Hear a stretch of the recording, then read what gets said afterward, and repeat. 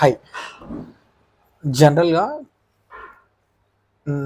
7/10 people encounter చేసిన doubt ఒకటి మీతో షేర్ చేసుకుంటా. ఫాస్టింగ్లో బ్లడ్ శాంపిల్ ఇచ్చిన తర్వాత, బ్రేక్ఫాస్ట్ చేసిన 2 గంటల తర్వాత, పోస్ట్ లంచ్ శాంపుల్ ఉంటుంది.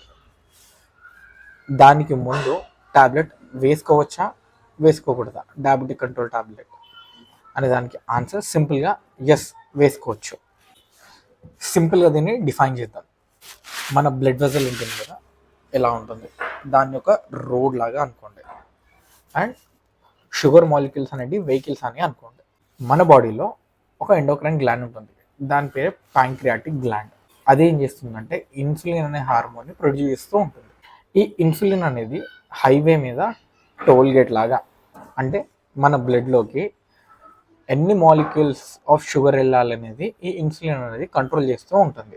అండ్ డయాబెటిక్ పేషెంట్లో ఏమవుతుందంటే ఈ మెకానిజం స్టాప్ అవుతుంది, అంటే ఇన్సులిన్ ప్రొడక్షన్ అనేది స్టాప్ అవుతుంది. సో మనం ఏం చేస్తున్నాము, టాబ్లెట్ రూపంలో ఈ మెకానిజంని కంట్రోల్ చేయడానికి ప్రయత్నిస్తున్నాం. సో ఈ టాబ్లెట్ ఏం చేస్తుందంటే ఇన్సులిన్ చేసే పనిని మనకి టాబ్లెట్ చేస్తుంది.